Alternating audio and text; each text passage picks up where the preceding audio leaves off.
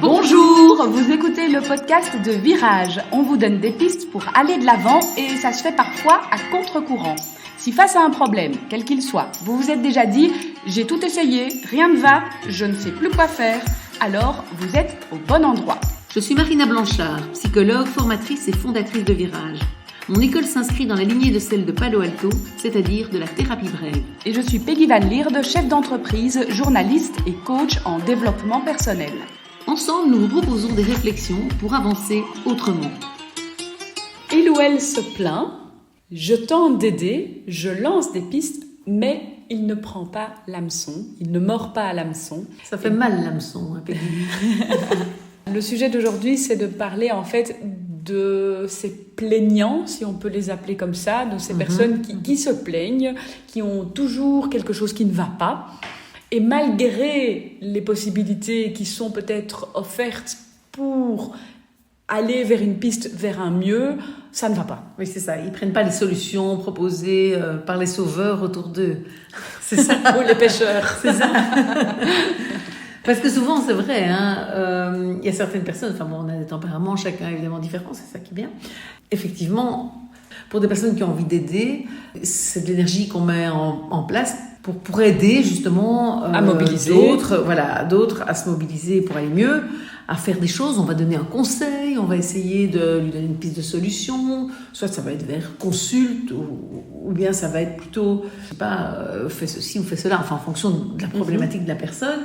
Et effectivement, on peut se retrouver face, et c'est quelque chose qu'on voit même en thérapie ou en coaching, on a des personnes qui viennent envoyées peut-être par une maman bienveillante, un voisin bienveillant, un ami, etc. Et puis en fait, ils viennent, ils parlent, ils disent tout ce qui ne va pas dans leur vie, mais quand on essaye d'avoir des pistes, etc., quand on essaye de voir déjà simplement qu'est-ce que vous avez déjà essayé de faire pour que ça aille mieux, on se rend compte que quand il s'agit de passer à l'action, il n'y a plus rien, quelque part.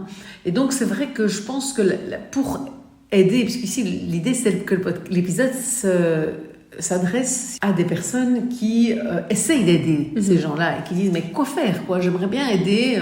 Je suis celui qui tient la canne à pêche, qui lance l'hameçon, et ça ne prend pas. Et effectivement, je me sens frustrée parce que je déploie énormément d'énergie pour sauver quelqu'un, pour aider quelqu'un, pour apporter des solutions, et ça ne prend pas. Et voilà. La personne n'est pas du tout active ou proactive et preneuse, alors qu'elle se plaint. Et c'est ça qui est évidemment le paradoxe, c'est que quand on a quelqu'un qui se plaint, si c'est quelqu'un à qui on tient, c'est difficile de juste l'entendre se plaindre.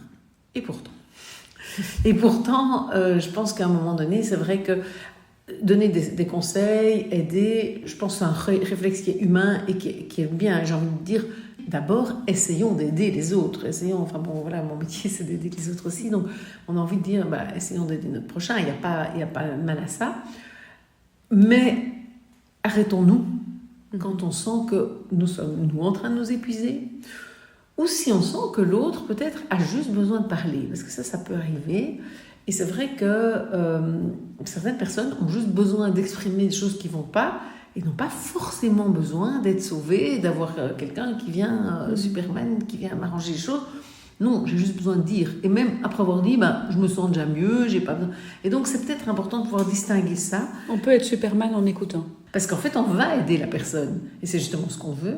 Mais sans peut-être trouver une solution miraculeuse. Donc, quelqu'un va se plaindre qu'à son boulot, on lui en demande trop, que c'est pénible. On va commencer par lui dire, t'as pensé, chercher autre chose, aller avec les qualifications que tu as, tu pourrais peut-être... Oui, mais c'est lourd.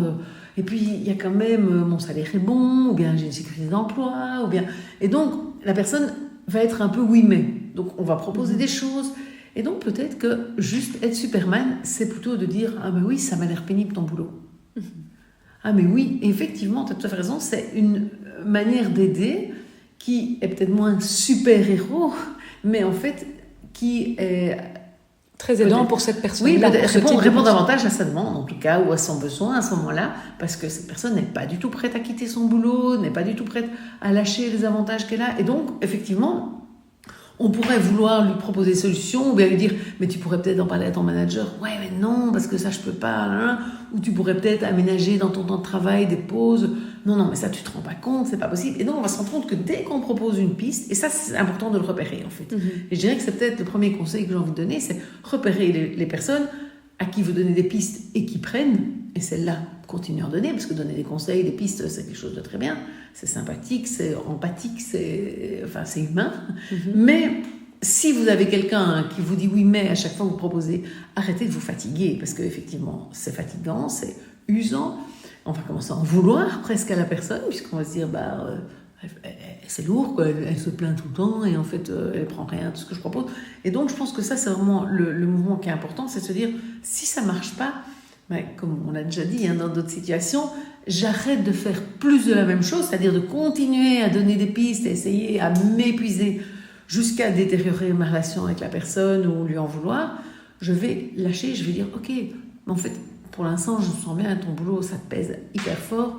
Maintenant, c'est peut-être pas encore le moment de changer, c'est peut-être mieux que tu restes encore là. Et je pense qu'en freinant justement le changement, parce que si on a quelqu'un qui se plaint mais ne demande pas un changement, manifestement, puisqu'on a essayé de proposer des solutions, il ne les prend pas, on va le mieux le rejoindre en freinant le changement, en lui disant pour l'instant c'est trop tôt, pour l'instant c'est trop vite.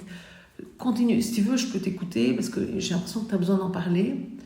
Et juste écouter, vraiment écouter, parce qu'en plus on écoute beaucoup mieux quand on ne cherche pas des pistes de solutions, souvent que si on cherche des pistes de solutions, à la fois on écoute et à la fois on construit dans sa tête, quoi, et on réfléchit, donc on est moins à l'écoute. Et donc vraiment laisser la personne et lui dire voilà, je suis là, tu peux vider ton sac. Voilà, vide ton sac et tout ça, je sens que pour l'instant pour toi c'est pas le moment de changer des choses, mais c'est lourd quand même, et donc si tu as besoin d'en parler. Après, voilà, si vous n'avez pas envie d'écouter quelqu'un qui se plaint, vous pouvez aussi ne pas l'écouter. Vous pouvez aussi dire, voilà, écoute, je sens que tu as peut-être besoin de te plaindre, etc., mais j'ai l'impression que je ne t'aide pas du tout, je suis probablement pas la bonne personne. On peut aussi se protéger de ça, hein. On n'est pas obligé de prendre, certaines personnes vont dire, voilà, c'est de l'énergie négative, moi je ne côtoie pas des gens qui se plaignent tout le temps, c'est des gens qui me font du tort. C'est tout à fait respectable aussi de se dire, voilà, je me protège, j'ai pas mon énergie parce que maintenant moi-même je suis pas très bien, parce que moi-même j'ai un problème, j'ai pas envie de porter en plus les autres et les plaintes des autres, et donc je peux aussi m'en protéger, et je peux le verbaliser à la personne en disant, voilà, je t'ai proposé des trucs et en fait j'ai l'impression que je tombe chaque fois mal, je comprends probablement pas très bien ce que tu vis, pas suffisamment bien, donc voilà, je suis là si tu veux qu'on réfléchisse à tes solutions, mais sinon je crois pas que je suis la bonne personne pour toi, voilà. On peut renvoyer vers un psy qui aura la patience d'écouter autrement peut-être. Mais ce qui est important en tout cas, c'est vraiment ce mouvement de ne pas vouloir plus que l'autre qu'il change. Parce que si on veut plus que l'autre qu'il change, ça ne marchera pas. On va se fatiguer, se mettre en échec, abîmer la relation. Et à un moment, l'autre aussi ne va pas se sentir du tout compris. Alors qu'on est là en voulant l'aider vraiment. Et finalement... ça va, voilà, des deux côtés. Oui, ça a l'effet contraire. Oui, c'est exactement l'effet contraire de ce qu'on veut. Donc, finalement, c'est important de le repérer, parce que voilà, maintenant, je vous dis pas de donner des conseils à personne, parce qu'il y a des gens qui vont prendre vos conseils, qui vont être contents de les avoir, mais c'est intéressant de se dire, en fait, cette personne-là, ça fait 5 fois qu'elle me parle de sa belle-mère ou de ça, voilà, et j'ai déjà donné des idées, et en fait, elle prend pas, j'arrête de donner des idées. Et soit je me dis j'arrête, mais je l'écoute, parce que j'ai cette capacité-là pour l'instant, ça se met, voilà. Soit j'arrête et je prends un peu de la distance parce que ça sert à rien que je m'épuise et que je l'ennuie elle aussi à venir avec des conseils qu'elle n'est pas prête d'entendre maintenant. Et donc il y a vraiment cette idée, je pense, qui est importante à retenir, c'est qui veut le plus le changement. Et si c'est moi qui le veux plus alors que c'est l'autre qui doit changer, c'est un peu perdu d'avance. Donc, que retenir aujourd'hui de cet épisode ? D'abord, de se dire, je vais d'abord spontanément réagir quand quelqu'un se plaint, etc. Et soit, la manière dont je réagis, je vois que ça l'aide et que voilà, la personne prend, la discussion est constructive, je dirais. Soit, je sens que la première fois, voilà, ça s'est passé. La deuxième fois, la personne commence à m'agacer un peu. Et à ce moment-là, il faut se poser la question, finalement, ma réaction, est-ce qu'elle n'est pas plus négative, finalement, enfin, elle n'a pas un effet plus négatif, même si la réaction était bonne, plus négatif que ce qui était prévu, puisque je commence à en avoir marre d'entendre l'autre, puisque je vois que l'autre ne prend pas ce que je dis, etc. Et donc, l'idée serait vraiment à ce moment-là de freiner le changement, de se dire, à ce moment-là, puisque lui ne veut pas changer, moi je ne vais pas le vouloir plus que lui. Et donc, je vais freiner, et donc je vais lui dire, écoute, voilà, je sens que c'est pour l'instant pas le moment, etc. Enfin, tout ce qui peut être aidant pour freiner le changement. Et à ce moment-là, l'intérêt, c'est que, en freinant le changement, soit on est sur la même longueur d'onde parce que lui non plus ne veut pas que ça change, soit ça le mobilise parce qu'il me dit non, mais je voudrais que ça change. Oui, est-ce que tu es sûr que tu voudrais que ça change, etc. Et donc, on peut peut-être déclencher chez lui justement une envie de changement, mais qui sera alors à lui. Exactement. Et donc, responsabiliser la personne plutôt que soi-même essayer de devenir en sauveur.